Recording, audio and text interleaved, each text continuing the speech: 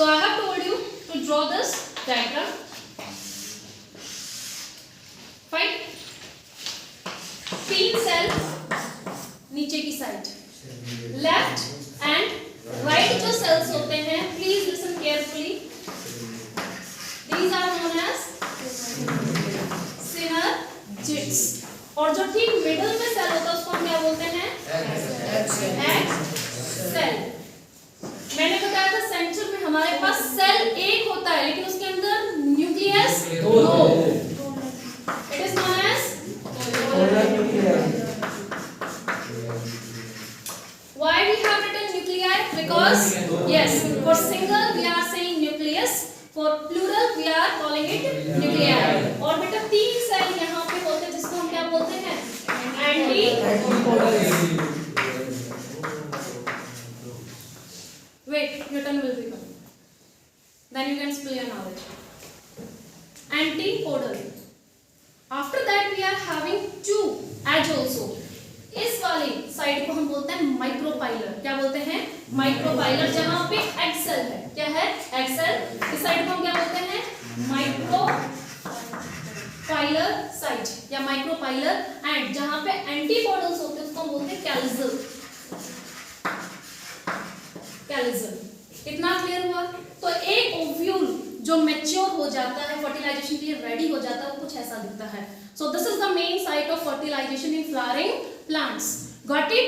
As I have told you, two male gametes are likely to come inside through micropylar end. वो pollen tube कहाँ से insert होगी? Micropylar। 90% cases में micropylar end से ही enter होती है क्या? pollen tube। किसमें? ovule में। क्या drop करने के लिए? male gametes को release करने के लिए। Two male gametes we were having. So first male gamete is going to fuse with egg cell and this is what we called, बनेगा क्या दोनों से? इसकी प्लॉइडी कैसी होगी? It will be diploid। एक क्रोमोसोम का सेट कौन लेके आ रहा है? Male gamete. दूसरा सेट किसके पास है? Egg cell. बन गए पेयर में। तो इसलिए हम इसको क्या बोल रहे हैं? डिप्लॉइड। फाइन। और इस प्रोसेस को हम क्या बोलते हैं? सिंग्यामी। इस फर्टिलाइजेशन को अगर आपको डेफिनेशन लिखनी है, it will be very very simple. Syngamy is the fusion of egg cell with first male gamete to produce that's it. ठीक है? फ्यूजन ऑफ एग सेल जो मिडल में था, फर्स्ट मेल गैमेट। लेकिन आपको प्रोडक्ट भी पता होना चाहिए। The product of syngamy is zygote. कैसा होता है? डिप्लॉइड। क्योंकि बेटा ये गैमेट था, ये हैप्लॉइड था। यस और नो? मेल गैमेट भी हमारा क्या था? हैप्लॉइड। और इसीलिए जो हमारा ज़ायगोट होता है वो क्या हो गया? डिप्लॉइड। इजी। अब आते हैं ट्रिपल फ्यूजन में। ट्रिपल फ्यूजन में क्या होता है? Polar nuclei plus second male gamete to produce endo. Ploidy क्या आती है इसकी? Haploid, diploid. Diploid. Yes, it will be neither haploid nor diploid, it will be diploid. Why so? Because we are having two nucleus inside the polar nuclei and एक set कौन लेके आ रहा है? Male gamete. तो एक chromosome की कितने कितने कॉपी होगी? 3। तो इसलिए हम इस स्ट्रक्चर को क्या बोल रहे हैं? स्ट्रक्चर को हम क्या बोल रहे हैं? इसकी प्लॉइडी कैसी है? Triploid. Fine. Let me have this draw. Okay, smaller one is there. अब बात करते हैं हम सीड की। बेटा सीड में दोनों चीज होती हैं। ठीक है? ज़ायगोट प्लस एंडोस्पर्म मिलके क्या बनाते हैं? सीड। क्या बनाते हैं? सीड। और यही हमारे प्लांट का मेन मोटो था फर्टिलाइजेशन के पीछे कि किसी तरह क्या बना दे? सीड। फ्रूट तो सिर्फ एनिमल्स को लालच देने के लिए है कि उनको सोर्स ऑफ कार्बोहाइड्रेट स्टार्च उसमें मिलता है, उसकी तरफ अट्रैक्ट हुए आते हैं। जैसे इंसेक्ट को अट्रैक्ट करने के लिए हमारे पास फ्लावर में क्या था? पेटल्स। कलरफुल पेटल्स थी, नेक्टर प्रोड्यूस करते हैं, वो जूस के लिए दौड़े चले आते हैं क्योंकि उसमें क्या होता है? Nutrition, glucose, fructose. तो वो जब उसको खाने के लिए वो आते हैं तो उनके विंग्स पे, उनके क्लोज पे क्या स्टक हो जाते हैं? Pollen grain. फिर वो दूसरे फ्लावर पे जाते हैं तो ये ट्रांसफर करते हुए चले जाते हैं। Got it? So endosperm plus zygote will convert into seed, ovary will convert into fruit after fertilization. NCERT में एक लाइन भी है कि what happens to the petals, sepal, stamen, style, stigma after fertilization. So what is the answer? अभी हमने discuss किया था, yes, सब ड्राई हो जाएंगे क्योंकि सबका काम हो चुका था, सब ड्राई होके फॉल ऑफ हो जाते हैं। Who will be the remaining last part? It will be the ovary. Ovary में बेटा ओव्यूल की जैसी अरेंजमेंट होगी, फ्रूट के अंदर सीड भी आपको उसी पैटर्न में अरेंज दिखाई देंगे। Got it? आप टमाटो को कट कीजिए या फिर सिट्रिक फ्रूट को कट कीजिए, अलग अलग सीड जो है अलग अलग पैटर्न में नजर आएंगे। कोई एजेस पे होते हैं, वाटरमेलन का जैसे अभी हमने बोला पूरे फ्रूट में डिस्ट्रीब्यूट होते हैं। So it is the location of actually ovule, और सारे ओव्यूल फिर किस में कन्वर्ट हो गए? सीड में। Next thing is plumule and radicle. जब सीड जर्मिनेट होता है, स्प्राउट्स देखिए, I will be taking your question बेटा। Okay, who was that? Yes Sachin, get up first में। अंगूर में सीड नहीं होते ना, उसमें पार्थिनोकार्पी, उसमें तो parthenocarpy, I will be telling. पहले प्लूम्यूल रेडिकल की बात कर लेते, बताऊंगा।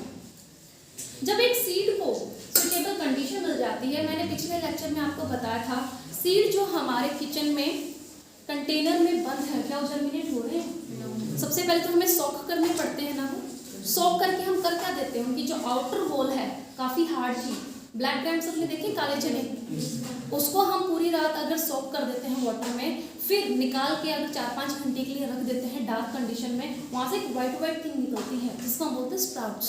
क्या बोलते हैं? It is always better to have sprouts अगर आपको पल्सेस कंज्यूम करनी है। ठीक है, एक चने की सब्जी बना के भी खा सकते हैं, लेकिन मोर न्यूट्रिशियस, मोर एनर्जी आपको कहाँ से मिलेगी? स्प्राउट्स में से। जो स्ट्रक्चर निकल जाता है वो सेल डिवीजन के कारण निकलता है। जहाँ पे सेल डिवीजन हो रहा होगा वहाँ न्यूट्रिएंट भी हाई लेवल में मिलते हैं, खासकर जिंक है, फॉस्फोरस है, पोटेशियम है। Is this clear? तो बेटा जो पहला स्ट्रक्चर एक सीड से निकलता है उसको हम बोलते हैं रेडिकल। क्या बोलते हैं? R for radical, R for roots, R for roots. Now this structure, suppose this was a seed, जो पहले यहाँ से निकला है, ये होता है हमारा रेडिकल। और इसके बाद जब हम सीड को ऐसे खोल के देखेंगे, दोनों कोटिलेडन के बीच में देखेंगे, वहां पे हमें मिलता है प्लूम्यूल। क्या मिलता है? प्लूम्यूल। और यहाँ से क्या बनता है? शूट, यानी अबव द ग्राउंड। ये होता है बिलो द ग्राउंड, ये होता है अबव द ग्राउंड। जो पार्ट बनेगा वो बाद में निकलता है, सबसे पहले सीड में से क्या निकलेगा? क्योंकि बेटा सीड की डेवलपमेंट तब तक नहीं होगी, पहले वो इंश्योर करता है आसपास जमीन है, वाटर मिल जाएगा, मिनरल्स हैं, तो सबसे पहले रेडिकल निकल के आता है। रेडिकल से ही बाद में क्या निकल जाती है? रूट्स। तो पहले कौन है? रेडिकल और प्लूम्यूल। और जो व्हाइट पार्ट आपको दिखता है स्प्राउट में या किसी सीड को जर्मिनेट होते हुए आपने देखा, वो हमेशा बेटा जियोट्रोपिज्म शो करेगा, हमेशा नीचे की तरफ उसकी क्या होगी? डेवलपमेंट होगी। उसको आसपास सॉइल ढूंढने की कोशिश करता है। क्या ढूंढने की कोशिश कर रहा है? सॉइल। और जियोट्रोपिज्म, यू नो, जियो का मतलब है ग्रेविटी। प्लांट का जो प्लूम्यूल स्ट्रक्चर होता है वो हमेशा फोटोट्रोपिज्म शो करेगा, सनलाइट की तरफ डेवलपमेंट होगी उसकी, जहां से सनलाइट मिल रही है वो हमेशा इरेक्ट बढ़ेगा। जियोट्रोपिज्म इसके अपोजिट कहां जाएगा? सॉइल में। They know both of the things. Gravity की तरफ कौन बढ़ेगा? नीचे जाना है उसको। इस ट्रोपिज्म को क्या बोलते हैं? जियो। और सनलाइट वाले को क्या बोलते हैं? फोटोट्रोपिज्म। अगर आप यहाँ पे कोई सीड लगाएंगे ना, 4 दिन के लिए अगर आप एक बेंच पे रख लेते हैं, घर में भी आप कर सकते हैं, तो हमेशा बेटा जो उनकी शूट होगी ना, वो खिड़की के साइड जहां से उनको सनलाइट आती हुई दिखाई देगी, उस साइड ऑटोमेटिकली बैंड हो जाएगी। विच ट्रोपिज्म? फोटोट्रोपिज्म। रूट्स है, सीड को कैसे भी आप सॉइल में सो कर लीजिए, ऑटोमेटिकली रूट तो नीचे ही जाएंगी, वो कभी भी ऐसे नहीं फैलेंगी या कभी ऊपर की तरफ नहीं जाएंगी। One exceptional case is there, pneumatophores. Mangrove जो फॉरेस्ट होते हैं जहाँ पे टाइड्स आती जाती रहती हैं, उनकी रूट नीचे ना जाके ऊपर बढ़ती है। Got it? Got it. अब जैसे वो बच्चा पूछ रहा था कि ma'am we got to see no fruit in bananas then in grapes. ऐसी हमारे पास कुछ ओवरीज होती हैं जिनको मेल गामेट की रिक्वायरमेंट होती नहीं है। साइड में हटो, हम खुद माइटोसिस कर लेंगे और खुद ही फ्रूट में डेवलपमेंट कर लेंगे। Is this clear? इस प्रोसेस को हम क्या बोलते हैं? Parthenocarpy. The development of ovary into a fruit without fertilization. तो क्या मेल गैमेट आया यहाँ पे? इनके खुद के टिश्यू ही माइटोसिस कर करके ग्रो होने लगते हैं। किसके टिश्यू? ओवरी के। मेल गैमेट की अब्सेंस में no male gamete, no fertilization, so no formation of seed. समझ में आया? क्लोवर की बात कर रहे हैं। फ्लावर फ्लावर की बात कहाँ पे? कर ovary. Fine, ovary is there, then you got to see flower. Flower बेटा कोई गारंटी नहीं है कि उसमें पॉलिनेशन या उसमें फर्टिलाइजेशन होगा कि नहीं होगा। एक चीज आपने जरूर नोटिस की होगी, एक ट्री पे अगर 100 फ्लावर्स हैं तो 100 फ्रूट आपको कभी नहीं मिलेंगे। देयर मे बी फ्लावर जिसमें कभी pollination, transfer of male gamete हुआ ही नहीं। आगे बात समझ में? तो फ्लावर उनका एक नेचुरल तरीका फर्टिलाइजेशन करने के लिए, मेल गैमेट नहीं मिला ना सही, ओवरी के खुद के टिश्यूज माइटोसिस करके फ्रूट में कन्वर्ट हो जाते हैं। ये हम आर्टिफिशियली हार्मोन इंजेक्शन से भी करते हैं। तो ऐसे फ्रूट्स को हम बोलते हैं सीडलेस फ्रूट, या हम बोलते हैं पार्थेनोकार्पिक फ्रूट। समझ में आ गया सचिन? माइटोसिस कहाँ हुआ? ओवरी के टिश्यूज में, in absence of male gamete. तो बेटा ये यहाँ तक क्या था? Sexual reproduction in plant. समझ में आ गया? मेल गैमेट कहाँ से आए? एक किसने दिया? एंथर ने। दूसरा कहाँ था? ओवरी में। ओवरी में जो था उसका क्या नाम था? Ovule. And this ovule is the main site of fertilization. यहीं पे ही दो गैमेट आपस में आके पहली बार फ्यूज होते हैं या मीट करते हैं। Is this clear? बाकी जो सेल्स क्या बोलोगे मैम? 7 सेल में से सिर्फ और सिर्फ 2 सेल यूटिलाइज हुए। एंटीपोडल्स, 2 सिनर्जिड जो साइड में थे वो क्या हो जाते हैं? Dry and degenerate. समझ में आ गया? फर्टिलाइजेशन होते ही ये सेल डीजनरेट हो जाएंगे। फिर वही बात है, बने क्यों थे? Now this is the formation you got to see in class 12th। Microsporogenesis जो होती है तो उसमें इनका रोल होता है। Got it? क्लियर था यहाँ तक? अगर किसी को भी डाउट है, without any hesitation you are most welcome to ask कि मैम ये टर्म समझ में नहीं आई। 2 एंड होते हैं, कैलिजल जहाँ पे एंटीपोडल्स होते हैं, नीचे माइक्रोपाइलर एंड होता है जहाँ पे एक्सेल होता है। ह्यूमन बीइंग्स का रिप्रोडक्शन स्टार्ट करा दो। Firstly we are going to see male reproductive. Male है कि फीमेल? एनसीईआरटी में मेल।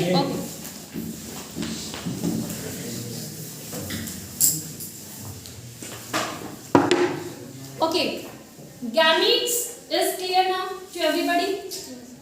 So यहाँ पे मैंने आपको बताया था हम पेरेंट में इंटरेस्टेड नहीं है, हम किस में इंटरेस्टेड हैं? गैमेट्स। एक स्पर्म और फीमेल से एक ओवम मिल जाए वो बेटा लेबोरेटरी में भी, एक टेस्ट ट्यूब में भी फ्यूज हो सकता है।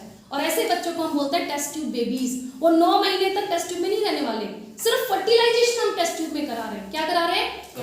So many females are there जिसमें हार्मोनल प्रॉब्लम हो सकती है, फैलोपियन ट्यूब ब्लॉक हो सकती है, माल फंक्शनिंग हो सकती है, ओवरीज में जो ओव्यूल बन रहे हैं उनका साइज मैक्सिमम लेवल पे नहीं पहुंच पाता है।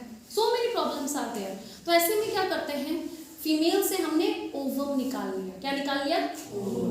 और मेल से हमने क्या निकाल लिया? Semen. What is semen? Anyone? What you have said? No. Okay, semen is a fluid that ejaculates from penis during the sexual intercourse। उस पूरी कंपोजिशन को हम क्या बोलते हैं? सीमेन। इसमें बेटा एक इंटरेस्टिंग फैक्ट क्या है? स्पर्म हम बोलते तो एंटियस फ्लूइड में स्पर्म्स होते हैं, but sperm is at the lowest number. उसमें से 60 to 70% जो पार्ट होता है वो होता है सेमिनल वेसिकल का। ये मैं अभी आपको डिटेल में कराऊंगी, शायद आपने नहीं ध्यान दिया या पढ़ा नहीं है। ओके, रिप्रोडक्टिव सिस्टम 2 चीजों से बनके मिलता है, primary sex organs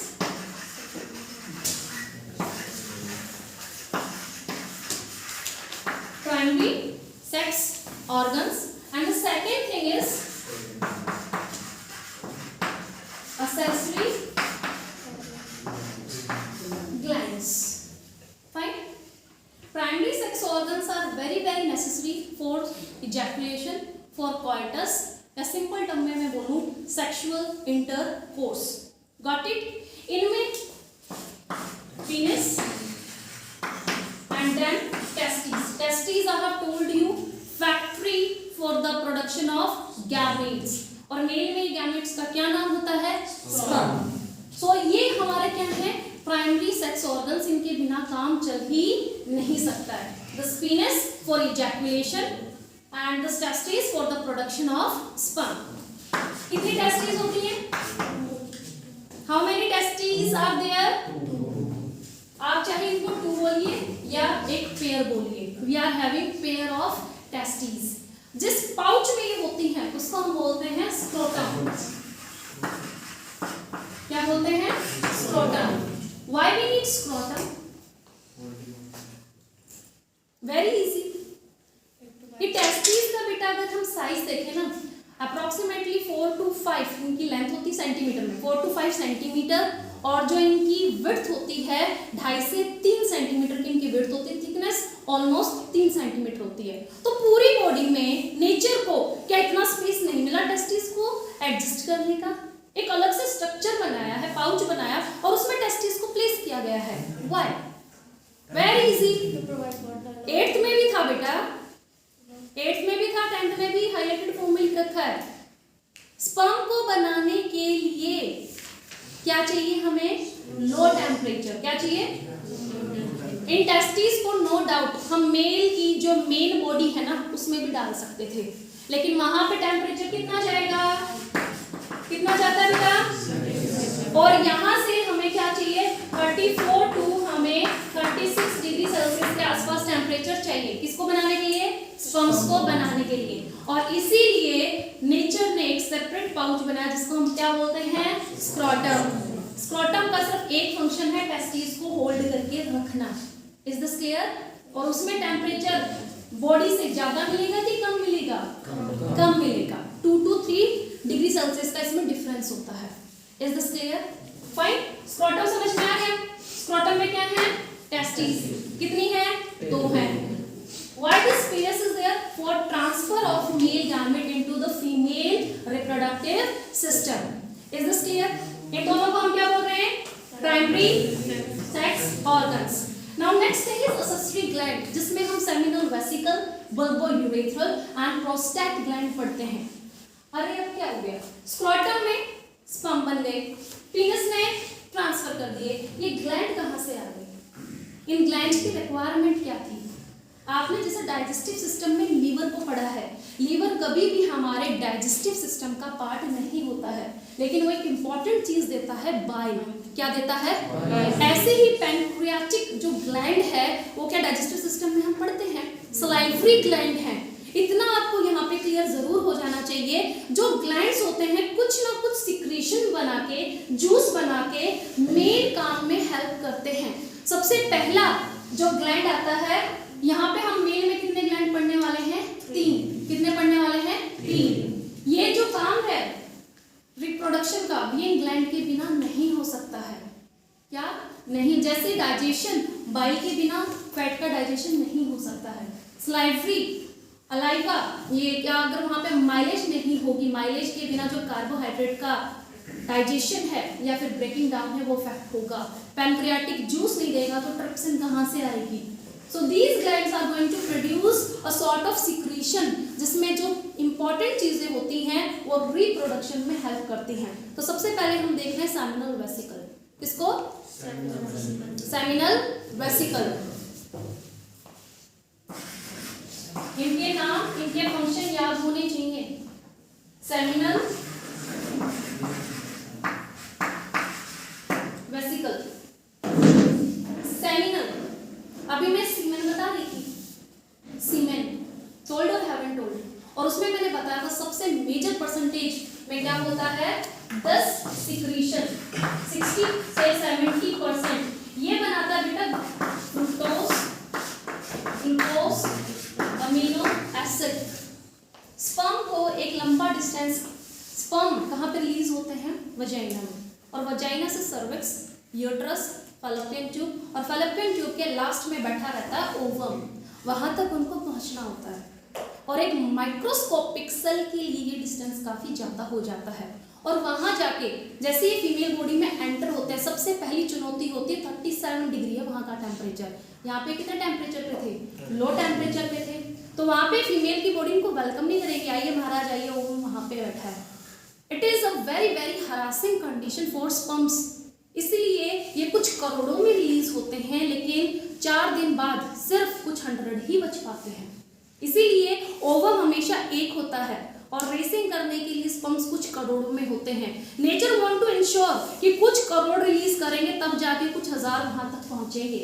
is this clear? अगर रिलीज ही 2 स्पर्म करेंगे वजाइना में, दोनों वजाइना भी क्रॉस नहीं कर पाएंगे, सर्विक्स, यूट्रस, फैलोपियन ट्यूब को तो छोड़ ही दीजिए। समझ में आया स्पर्म क्यों ज्यादा रिलीज होते हैं? टू एंश्योर कि इतने में से कोई तो वहां तक पहुंचे। Is this clear? तो यहाँ पे सेमिनल वेसिकल बेटा इनको देता है न्यूट्रिशन। क्या देता है? न्यूट्रिशन। स्पर्म जब मूव करेंगे तो मूवमेंट के लिए एटीपी चाहिए, यस और नो? एनर्जी तो चाहिए ना। आपको अगर कोई लंबी रेस के लिए रेडी कर रहा है, आपकी कोई मैराथन होने वाली है, तो आप खाने पीने का, एनर्जी लेवल का ख्याल रखेंगे कि नहीं रखेंगे? तो इसलिए स्पर्म अपने साथ अपना राशन पानी खुद लेके चलते हैं। किसने दिया ये? किसने दिया? Seminal vesicle. इसलिए जो सीमेन क्या होता है? वो फ्लूइड होता है जो पीनस से रिलीज होता है आफ्टर कॉइटस। सेक्सुअल इंटरकोर्स के बाद पीनस से निकलने वाला जो फ्लूइड होता है, उसमें स्पर्म के अलावा अभी आप देखना उसमें क्या क्या होता है। स्पर्म सबसे कम नंबर में होते हैं, 1 से 2%, और ये 1 से 2% कुछ 9 से 11 करोड़ की होती है। Is this clear? Is this clear? Seminal vesicle ने क्या दिया? न्यूट्रिशन। क्या दिया? ग्लूकोज है, फ्रुक्टोज है, प्रोटीन्स है, अमीनो एसिड है। तो सीमेन में सबसे ज्यादा क्या?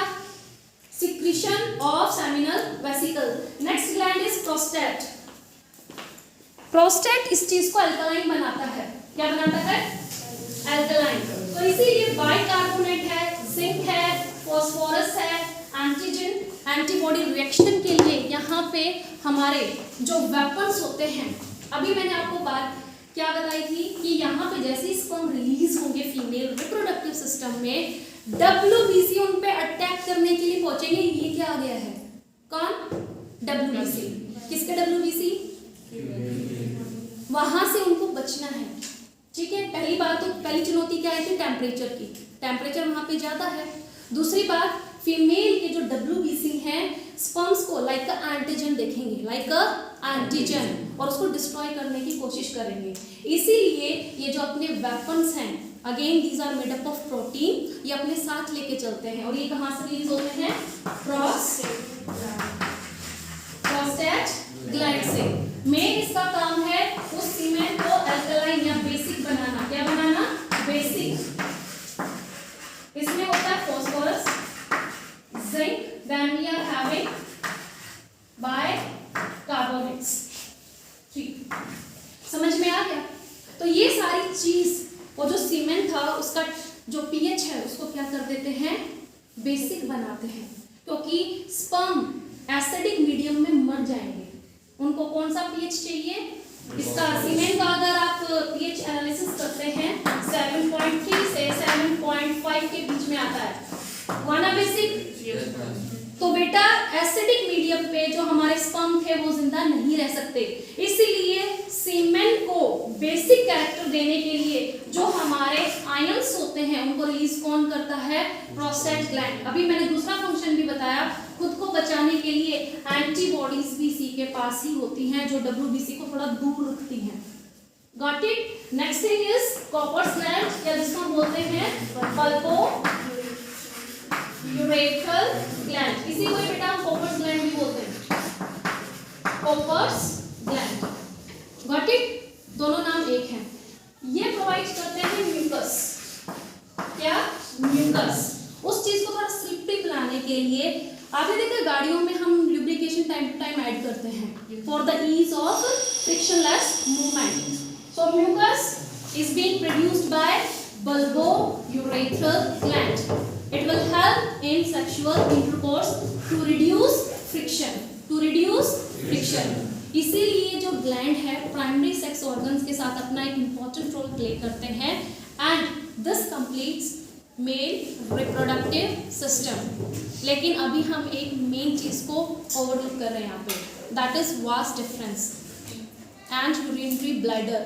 You know in male urine and semen को पास करने के लिए जो यूरेथ्रा होता है वो एक ही होता है. यस और नो? फीमेल में 2 एग्जिट पॉइंट आपको मिलेंगे, यूरिन के लिए अलग, इंटरकोर्स के लिए अलग. लेकिन मेल में प्रॉब्लम क्या आती है, यूरिन भी उसी चैनल से आता है, सीमेन भी निकल के उसी चैनल से आता है. और अभी मैंने बताया यूरिन एसिडिक होता है कि बेसिक होता है, it is acidic. Nitrogenous waste होता है, उसमें यूरिया होता है, यूरिक एसिड होता है. Got it? तो यहाँ पे इसलिए हमारा जो कौन सा ग्लैंड था, प्रोस्टेट ग्लैंड था, वो बेसिक मीडियम बनाता है. क्योंकि अगर वो यूरेथ्रा में एसिडिक मीडियम होगा तो स्पर्म फीमेल में तो छोड़ो, वहीं पे ही पेनिस में ही मर जाने हैं. Got it? इसीलिए सीमेन में कैसा मीडियम होता है, बेसिक. किसने बनाया, प्रोस्टेट ने. न्यूट्रिशन किसने ऐड किया, सेमिनल वेसिकल ने. और इंटरकोर्स के लिए फ्रिक्शन को रिड्यूस करने के लिए जो स्लिपरी सब्सटेंस होता है म्यूकस, वो किसने दिया, बल्बोयूरेथर. वास्ट डिफरेंस बचा है जिसको हम स्पर्म डक्ट बोलते हैं, क्योंकि स्पर्म कहाँ बन रहे थे, टेस्टिस में, जाने कहाँ है, पेनिस में. तो इसको एक कनेक्टिंग ट्यूब से हम क्या कर देते हैं, जॉइंट. और उस ट्यूब का नाम क्या है, वास. Thank you.